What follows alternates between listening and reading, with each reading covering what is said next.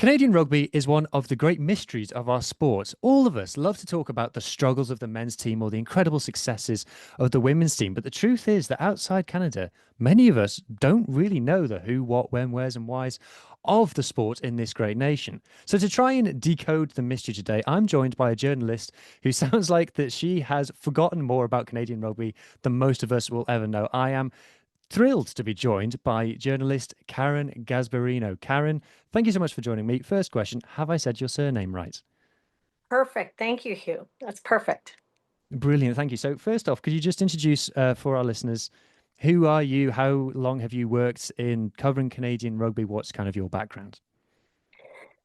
Well, as the 2011 Rugby World Cup was getting off the ground and momentum was building, I started writing a little bit about the men and following the men's journey. And next thing I knew, I was being asked to write for some organizations. I wrote a little bit for Rugby Americas North. I've done a couple of articles for Rugby Canada. I was able through the Rugby United movement to get press passes to matches and, started being taken kind of more seriously. And then I worked for a few good years with Adelhard, which was a company started by one of the key people that was involved with Lululemon. He started Daryl Kopke started Adelhard, and it was like a performance tailoring brand. Um, so he wanted to base it off of the rugby traditions. And Adelhard was the men's club that was part of rugby school, and so the traditions were built on that. And then he had a newsletter called the Scrum, which I both wrote for and edited. And we saw some wonderful writers come through there. Brock Smith, who ended up working for Rugby Ontario and then also the Toronto Arrows, wrote for Adelhard. Mark Jansen, who's based on the West Coast and has written a lot about Rugby Canada and Rugby USA as well, and the MLR. He was one of the writers. So I really enjoyed my time with Adelhard. And then after that, I was pegged by one of Canada's finest coaches, Robin McDowell, he's a big force for me, and uh, one of my heroes actually. He was working on the Rugby Hive podcast, especially during the pandemic, with pundit Dallin Stanford, who Yes. also, yes, who works with World Rugby, Rugby Sevens, tens, MLR. Like Dallin's CV is very long, and so I was working on their podcast as a writer, and I would write uh, pieces for their newsletter. So, yeah, so I have written over about 125 pieces. Wow, goodness me. Yeah, your mention of Dan Stanford makes me want to shout out my friend David from Scrum of the Earth, who's interviewed him several times. So that's how I know him. Yes. Um, Yeah. I am completely distracted for a moment by the collection of rugby balls that you have behind you, especially the one that has a Scarlets logo on it, which is my club. Um, what's the story behind that collection?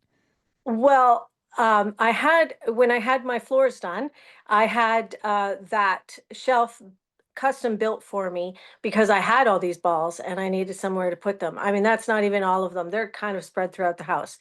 But this is kind of my rugby corner.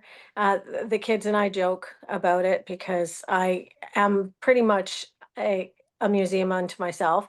But I've just been overseas for 2 weeks with the Canadian Classics women, and we went to Cardiff, and I bought I don't know if you can see it, the little Scotland ball and the little Scarlets ball. Scotland is my team in the Six Nations, sorry, and the Scarlets because actually that's my kid's last name. Oh wow! Oh, fantastic! I'm Yeah. a bit. Firstly, I've had a Canadian say sorry to me, so my week is right. And yeah, I'm turning into a museum myself. Behind me, I've got Oh, my collection of rugby jerseys, which, as of this week, now contains a Canadian one. I see Um, that. which I'm looking very much forward to wearing maybe next week. And you can't see, but down here I've got a cat as well. So we're both Oh, being joined live on our podcast by our cats today, which is great. Anyway, enough of that. Enough cat talk. Enough balls talk. Let's talk about some rugby. So we've got so much to talk today. Like I said, we want to talk about decoding the mystery of the great nation of Canada and how rugby happens there. But firstly, I think the kind of surprise that me and many other rugby fans all around the world were very surprised, depending on where we were time zone wise, waking up in the morning and checking our phones and seeing that Canada men had defeated the USA in the Pacific Nations Cup to all but secure qualification for the 2027 Rugby World Cup. A result that certainly no one in my peer group was expecting. Karen, where did that come from? it came from Tyler Ardron. um, Two 34-year-olds who had not factored much for Canada in the last couple of years made a reappearance and made a big difference. And that would be Evan Olmsted and Tyler Ardron, both of whom I know and have had the privilege to interview, but many years ago now, it seems. But yes, they came in, and with a combination of relatively young players and veterans, they managed to pull it off. And I would like to think that the Major League Rugby's had something to do with that as well. Yes, I'm just gonna share um, some images on the screen for our YouTube viewers, to just a bit of window dressing whilst we chat. So, like you said, Tyler Ardron came on in after years in the wilderness. Do you know what was behind his kind of exile? Because I read a couple of interviews with him in Rugby Pass, and he kind of it was put to him, was it a falling out with Kingsley Jones, the previous Canada coach, and he kind of brushed that off. Do you know why he wasn't included for so long? Well, Ty is a very quiet guy. Like you're never going to really get the answers out of him. I had heard from other sources that that Kingsley had his own agenda and that did not include certain people. I don't know who that is referring to, and of course, that's a lot of rumors. There are a lot of rumors swirling around Canadian rugby. In the last 5 years, there's been a lot of toxicity on both the men's and the women's side, and so as a result, um, there was a lot of fracturing and a lot of factions. And it seemed like there was a kind of like the Kingsley faction. And even when he started to kind of lose power in the kind of upper echelons, he still somehow had a lot of sway. And I don't know if it was just basically one of those, I have a plan, I come from marketing, and in marketing, you have to test something over a 5-year period. You can't really judge successes or defeats without really testing it. And did Rugby Canada hang on too long? Quite possibly. When it comes to Kingsley Jones, there was a lot of writing on the wall for a good couple of years. Even people more even and more or less willing to jump into the fray like myself. Like I'm more I'm more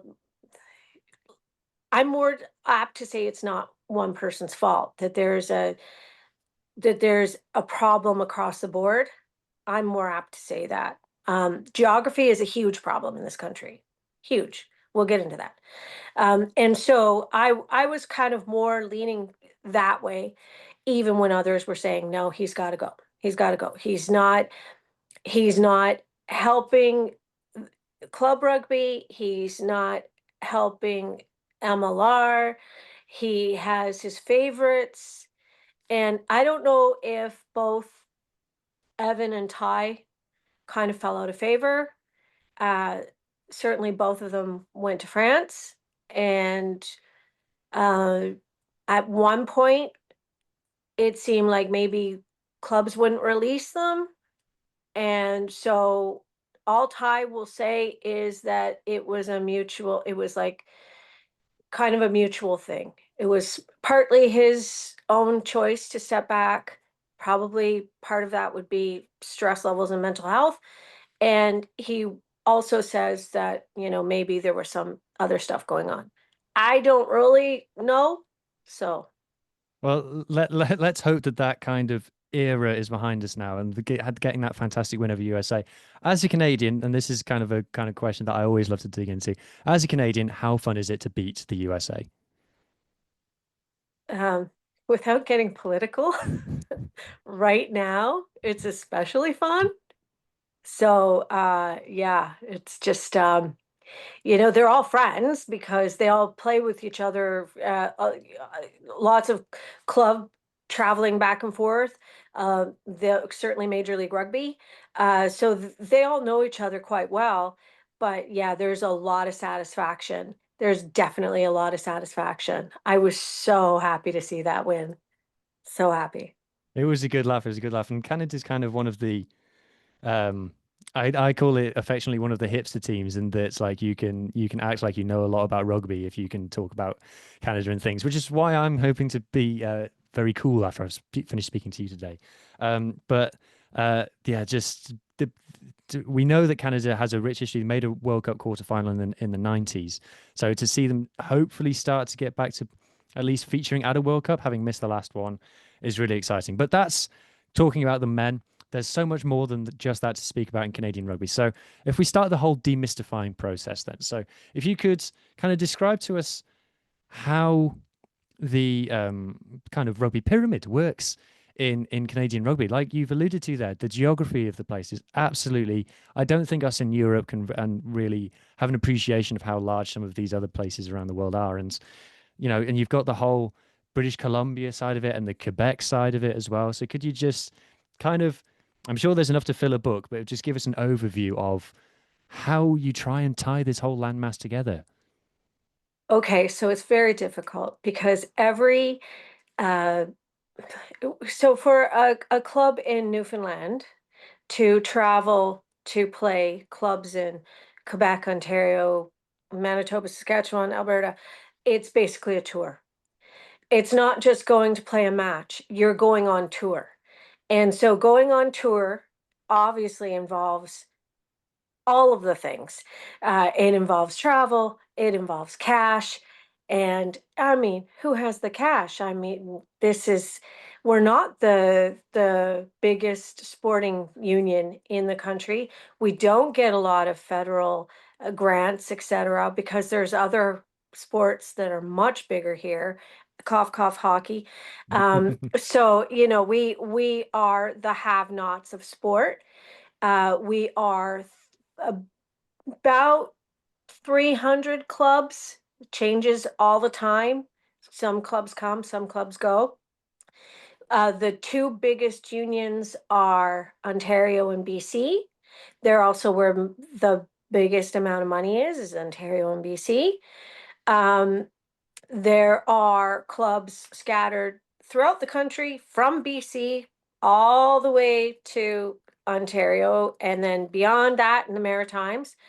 There are some really great clubs in Quebec, New Brunswick with the Loyalists, and the Tars. And then you get into Newfoundland, and there's some strong rugby out there with the Swilers. And the Newfoundland Rugby Union is strong as well. So we have 10 rugby unions, and then we have Rugby Canada that used to have kind of two centers, the Ontario Center and the BC Center. And then at some point they consolidated and they moved everything out to Langford, BC. So that feels really far away from the rest of it. And then, of course, you have the weather. And for rugby, BC has kind of the kindest weather. It has Hmm. more, it's more like where you are. The winters are more like that. There's less snow, less freezing. In here in Ontario, come November, there's no rugby because the ground's frozen and there's concussions waiting for you everywhere. So you're not playing rugby from November to March. You're just not playing rugby. You can train indoors, and there's actually a bit of a kind of growing touch rugby happening here in Ontario because that's the kind of thing that you could play under a dome in the winter. So that's growing. But really, for most of Canada, rugby closes shop through the winter months. And Okay. then and then you add to that the problem of meeting each other. Even here in Ontario, for the Burlington Centaurs to go to Twin Elm Rugby Park and hook up with Nepean for a match day, it is a 6 hour, 7 hour bus ride. So, it's a lot. It's a lot. There's a lot of travel, there's a lot of money. People don't have the money. And then there's the matter of trying to grow it and keep it sustainable. Yeah, absolutely. So how does without jumping ahead too much, how does sevens fit into that then? Is it fair to say that sevens is still the kind of point of entry for rugby in Canada? Well, everyone, pretty much everyone can play both codes because you're going to play for your high school team. You're going to play 15s for your high school team, but you might get pulled by an academy to represent them at a sevens tournament. And then from there, you might get spotted by talent and end up kind of in the sevens pathway. But you still need to be supported by your local union. So Rugby Ontario and your home club will still provide training pathways, and that's usually 15s, but there's lots of little academies that kind of weave in and out in conjunction and cooperation with the bigger unions, which is the only way it can happen. And then, that way you'll have the ability to play. This is how I would say this is how the women's side of things has become so strong, because there's a lot of those pathways for girls and women that seem to be a little bit stronger than the pathways for boys and men in that regard toward sevens and toward the speed of things. For men, it's a lot more weighed toward university rugby. And we have some amazing university rugby, especially here in Ontario, but throughout the country.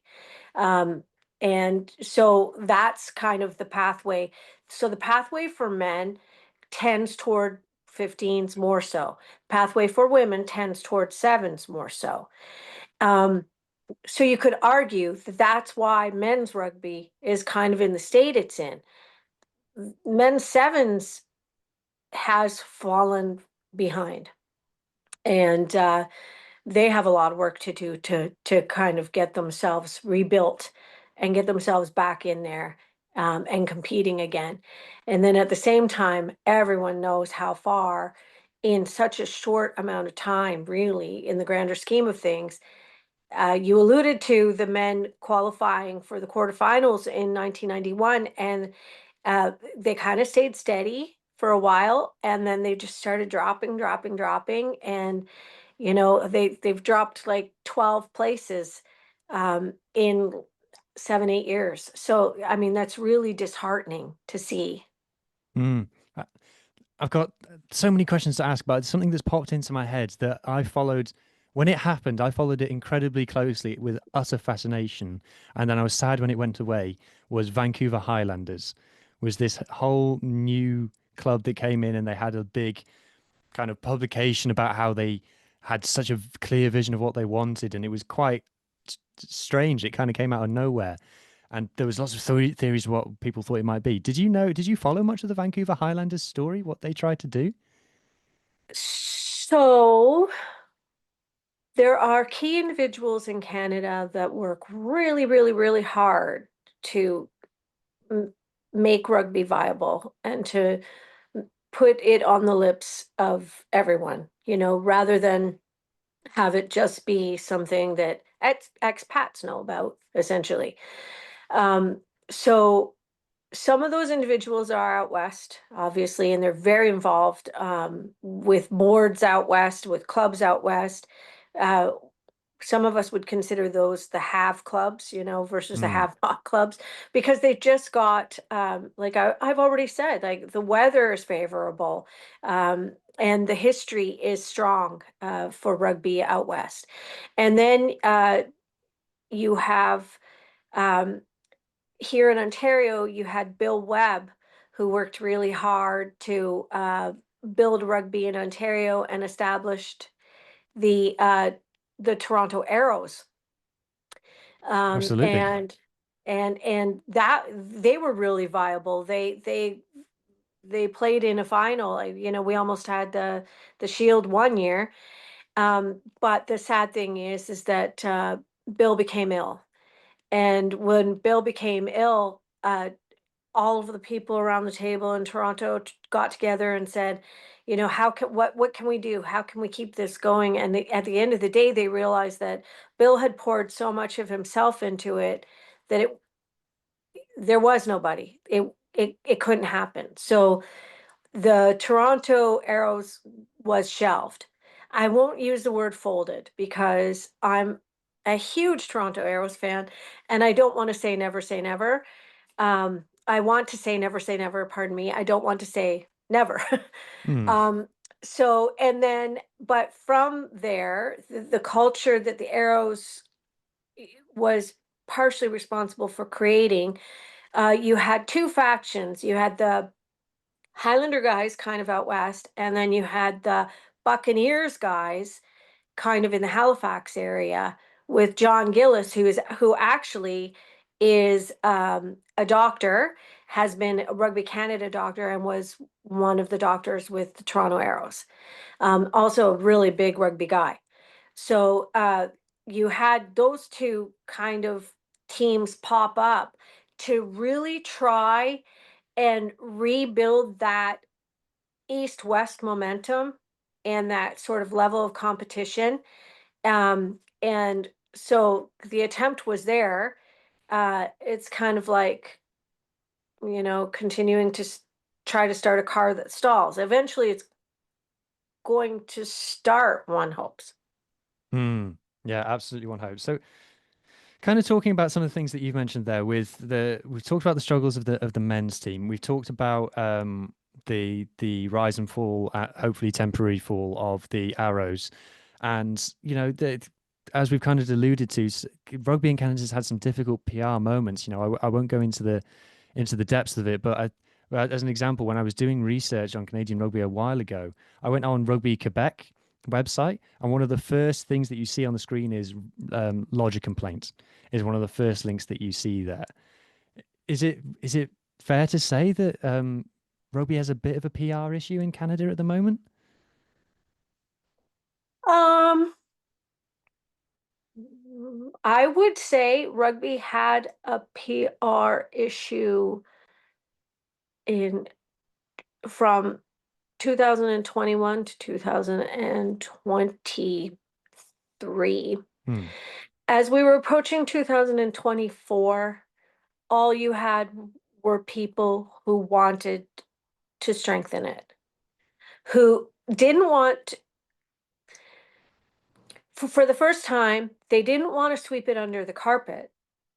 They wanted to own it and say, okay, yeah, stuff's happened. We're not proud of it.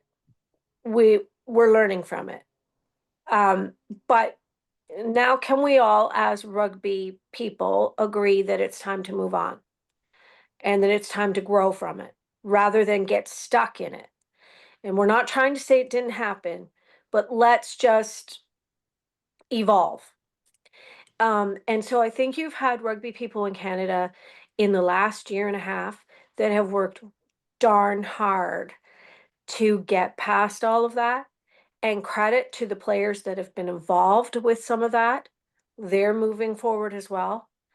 Um, and credit to some of the people that have stuck by Rugby Canada, um, and rugby in general, just for the love of the game, to continue to grow it.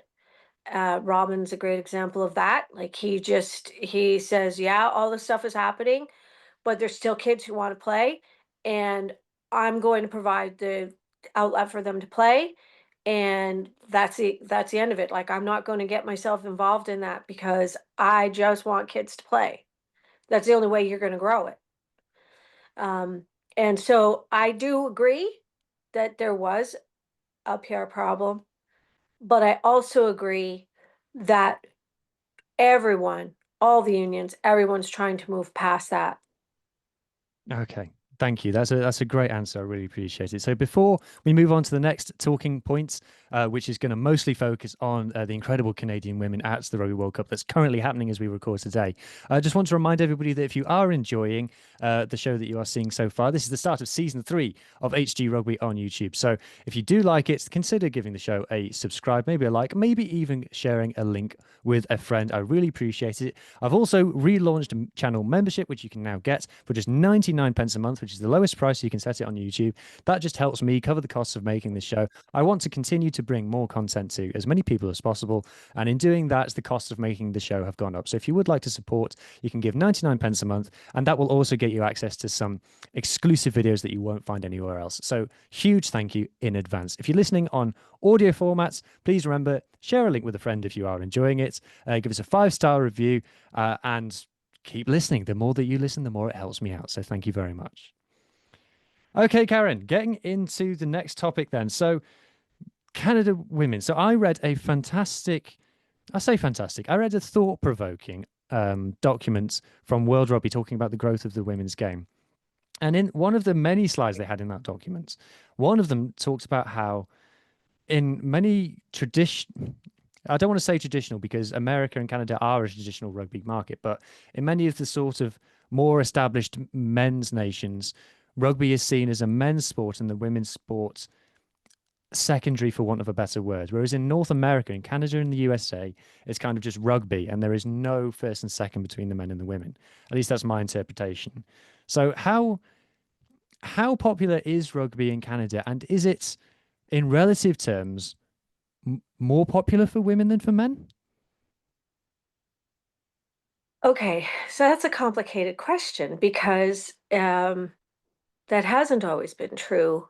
Um, but at some point, what happened with sports in general in North America was women just pushing. And so you have the PWHL, which is the Women's Hockey League. You have the WNBA, women's basketball. And those two, I would argue, as well as football, soccer over here, um, those three things, when the women's side started to grow, and the lots of men were saying it's not sustainable, won't make money, and then they started to fill seats, and then they started to prove that they were sustainable, that they were watchable, that they were fascinating, that it's not. I think that the assumption is always going to be that women's sport is slower, and that's certainly not the case, especially with rugby, especially with rugby. I mean, women's rugby is so fast and The furious. the stat that has been doing the rounds a lot, I don't know if you've picked it up, but it's certainly in the UK, everyone's talking about Canada women having the fastest ruck speed at the Women's World Cup at the moment. And that is exactly the word that they use to describe Canada is fast. They're a fast team. We're so fortunate to have so many women that play actually their club rugby overseas.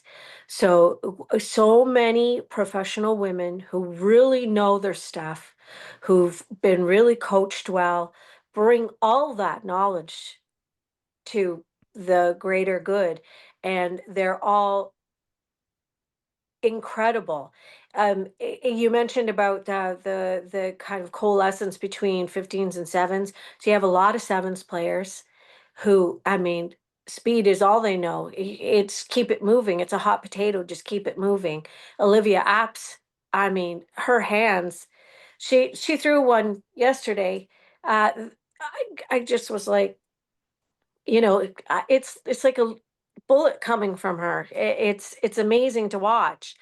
And so you have a lot of influence from sevens with our women, but you also have a lot of professional club rugby level play as well. So the speed is the speed is just ferocity and it's determination. And I would argue part of it is, haha, look, see what we can do. Oh, absolutely. So you mentioned them playing abroad. That's obviously mostly in either the PWR in England or Elite Un in France. Um, I think most of the listeners will be familiar with the PWR. Elite Un feels like a whole mystery up into itself. It's very hard to find out things about it. How familiar are you able to be with Elite Un and what all the Canadian girls are doing over there? I only know that a few that play over there. I'm much more familiar with the English sides, of course. The Saracens, Bristol. Yeah, so I'm much more familiar with that, especially since I would, gosh, I think Saracens is weighted Canadian. So it's definitely there's more Canadian players in their roster than anything else, I think.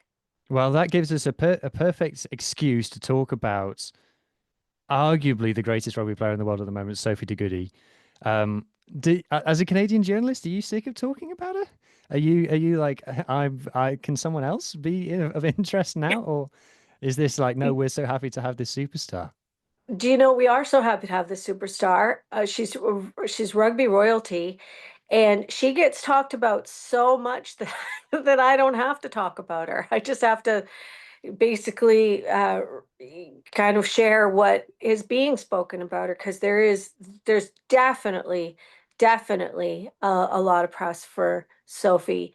Um, but you wouldn't know it. You wouldn't know that she's rugby royalty. She's as down to earth as both women on either side of her. So she just is. That is, I think, I want to say that is a big part of Canada's success is that it's one team. It's genuinely one team. They have worked their butts off to get there. They had to fundraise. They wouldn't have even gotten there if they hadn't made at least 80% of their goal. Everyone in Canada is behind them because everyone in Canada knew the stakes. So they're not a have team, they're a have not team. And I think that makes you, no matter where you play your club rugby, I think that makes you humble and it makes you realize that we are all of us in it together. And I think that there's a really, really good feeling among the players. Probably the best it's been in 4 or 5 years. And that's saying a lot because you have some really, really terrific women that have gone through the program and are on this side of it. And I'm so privileged to know so many of them. And I've never met somebody who was in the trenches with Rugby Canada that I don't like.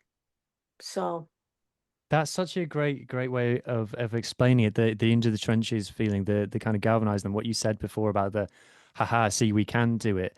Um, I'm trying to think where to go next because you mentioned so many fantastic things. You mentioned the funding there, and this is something that, like you said, they had to crowdfund.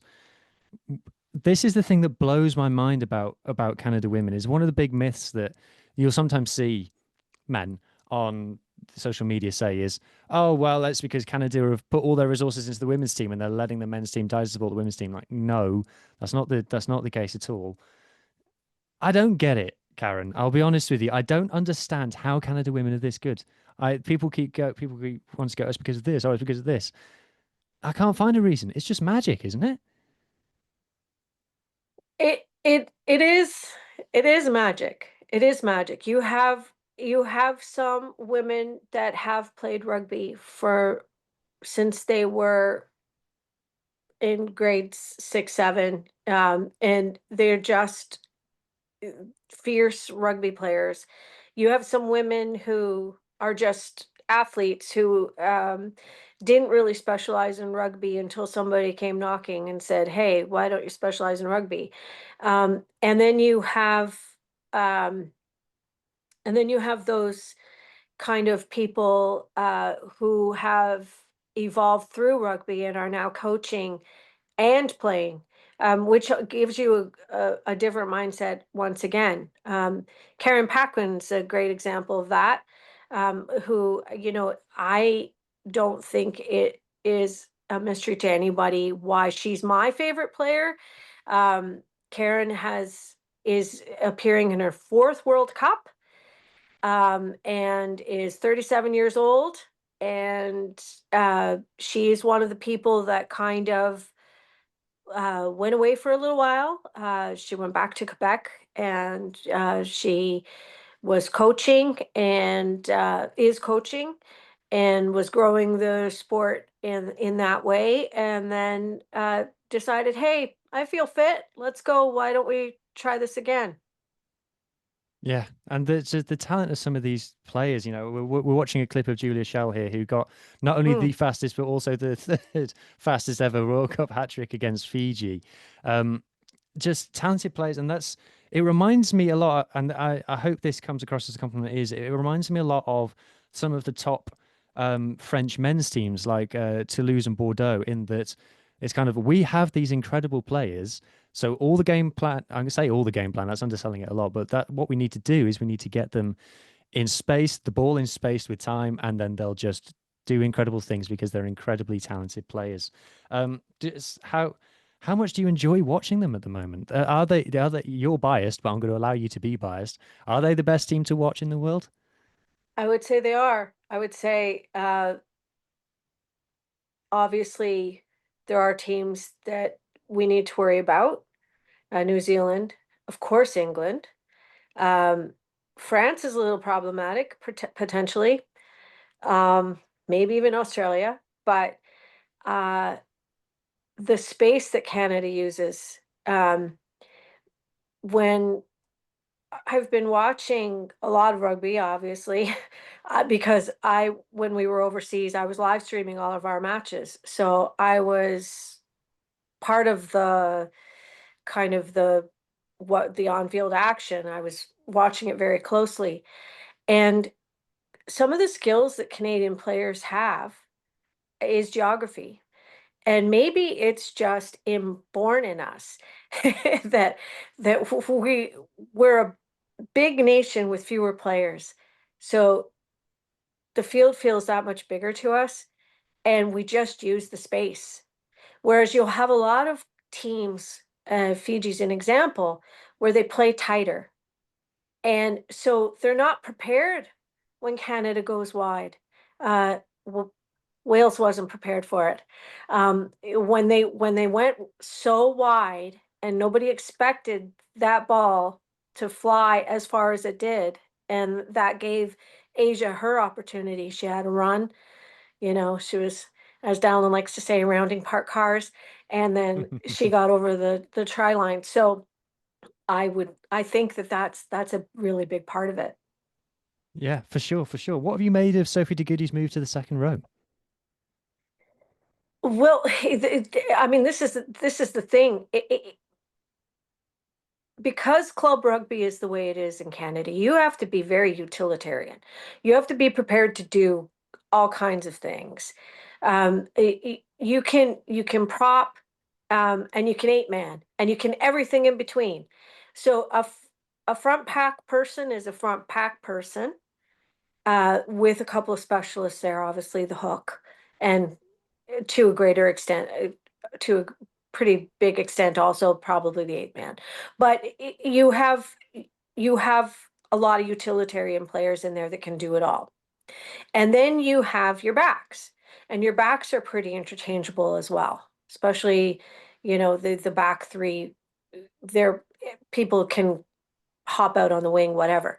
And I think it's a result of necessity for us, growing up, that you would have to move around. Oh, we're at this game, and suddenly the one person that can do lock is injured and I've got to move into that position and I'm not really ready for it, but that's just what I have to do. So you kind of, even in training, you'll see people kind of moving around those positions and coaches just trying to see, what the best fits for teammates and pairings and everything. So they don't specialize them early. I would say in other parts of the world, people are put into those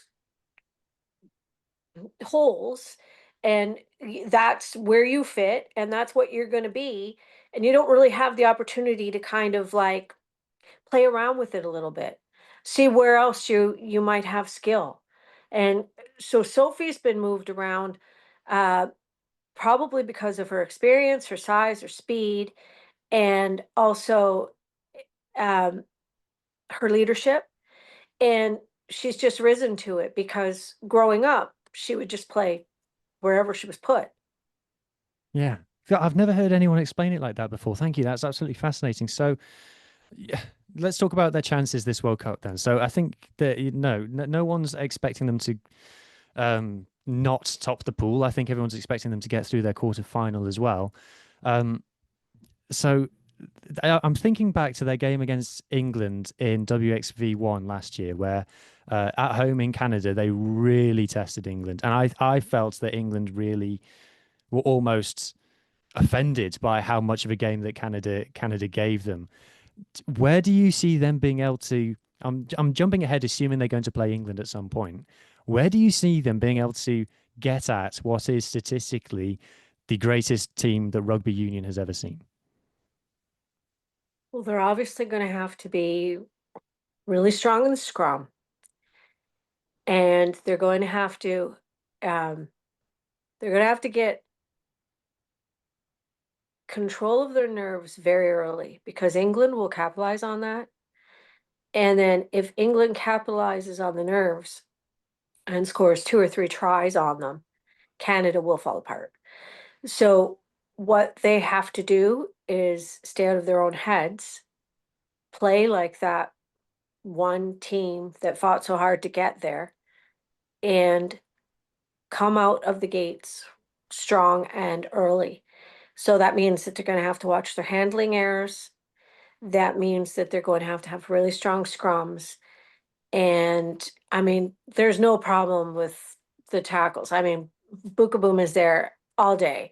So I mean, I think the tackle rate, Boom's got like one of the strongest tackle rates of any woman in any team.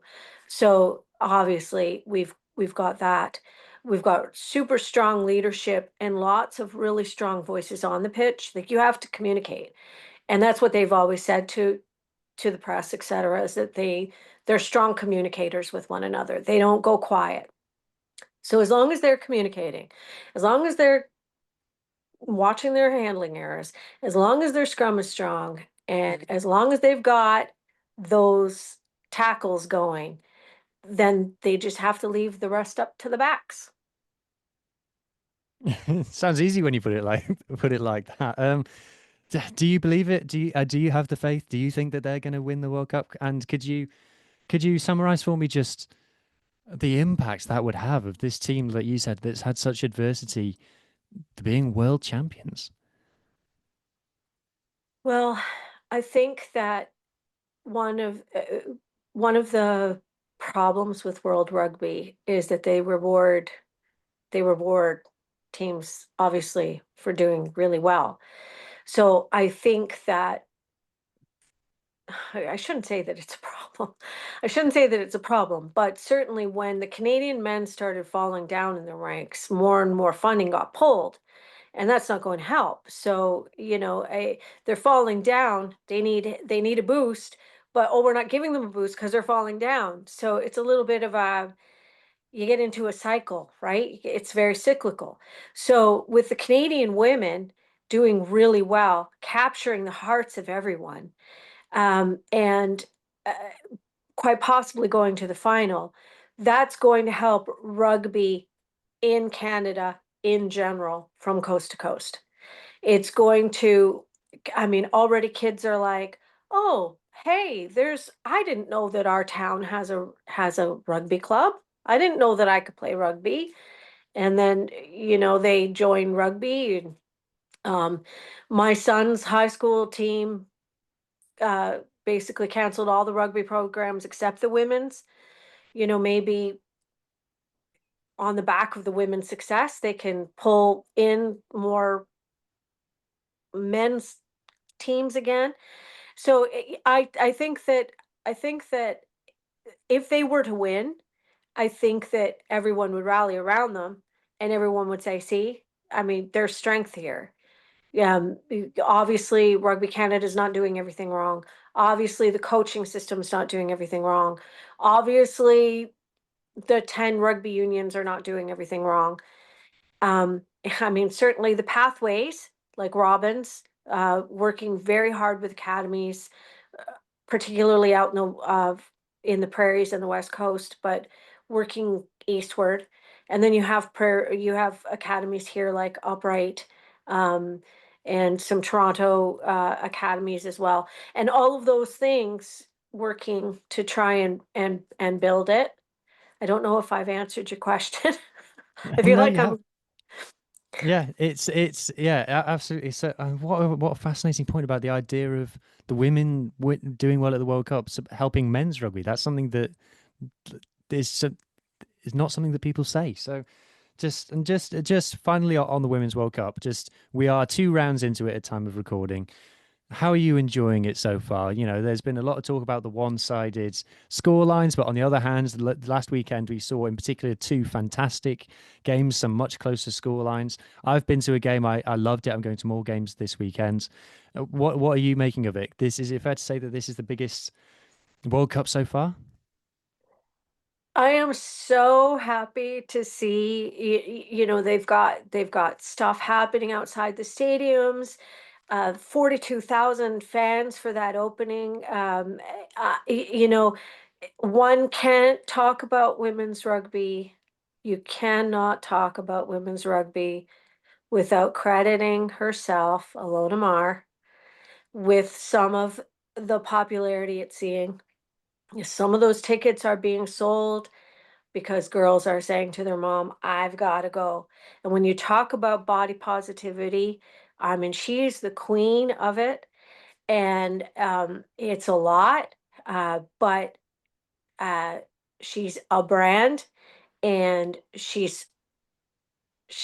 doesn't just stand off in the corner either. Like, I saw that opening game and she was in it. She very nearly scored a try. So she has done a lot for the game, and the fact that she's our neighbor essentially has kind of, we're feeling some trickle down effects here in Canada with girls as well, because Canadian Rugby said, yeah, I mean, for sure, body positivity and um, all those good things, and there's more being talked about, the kind of like the mental side of things too, mental health, and also there's more attention being um, paid to things like Knox, with the new gum shields that turn red. So there's a lot more attention on it, and parents that once thought that it was so unsafe are maybe thinking that it's not so unsafe now. Um, anyway, all of that to say that World Rugby's got it right. Like, it's the perfect time to have a Women's Rugby World Cup, to have it hosted at the place that grew rugby, have it at some of these really great little stadiums that everyone loves to see. And it just has been a real pleasure to watch, and to watch the ticket sales are still happening. Um, you know, I was at 2 pretty busy places, and I just really enjoyed it. Yeah, I've enjoyed it massively as well. I can't wait to go to my next game. Um, so that closes off the main body of the chat, Karen. The one thing that I'd like you to tell me about that we haven't covered yet is your work with the classics, and this is something that I know absolutely nothing about. So you can explain it to our listeners as you're explaining it to me. What is the classics that you're so involved in, and what are you trying to do with those guys? Okay, so the Canadian Classics program is basically was basically begun 30 years ago. There is a classics event in Bermuda every year, and there would be teams and unions that would gather up their classics players. So that'd be players that have retired in a competitive level, but still play club rugby, and then getting together and having some competitive rugby and some, fun afters type of a thing. So it started kind of in that vein, and then the men's side just grew strength after strength after strength, and they've tried to uh so they tour and they play um more competitive classics type teams or club teams. They also will play club teams. So the men just had their 30th anniversary tour to Japan this summer, where they played three pretty big club teams and beat all three of them. Um, they've had some amazing players on the men's side that we would know the names of. John Moonlight is one of them, and they've had like former internationals kind of weave in and out of them. And so in 1997, a women's team was fielded in Bermuda, and the attempt was made to try and get them going, and it just didn't really happen for whatever reason. And so the talks began again in 2021. And I feel really, really super fortunate to have been part of those talks right from the start. The director of rugby for the women's side is Darren Chaplin, and he's a player himself in the Calgary area. And he has just worked so hard to get the women's side up and running. And starting in 2022, we went to St. John's, where we played the Rock, the women's Rock, their senior team. And then we went to Boston. We had both men and women in Boston, and we played basically two teams. No, I think the men and women were both in Houston, pardon me. But at any rate, we played in Boston, we played in Houston, we played in Charlotte, and we've played levels of rugby where they're trying to create classics kind of themselves. So this tour to the UK was to play. We played North Bristol women. Hmm. We played Leeds Park, and we played Stirling. And they were all there. So our group of women was there to play against club teams, kind of as precursors to their season. Hmm. um, and we did really well. And we have sevens players, we have league players, because rugby league here in Canada, you come from rugby union, and then you might play for a league team. So anybody who plays league here in Canada plays both. So we had quite a few rugby league representatives on our team, and a few former internationals as well. And this tour, one Olympian, um, Kayla Malesi. So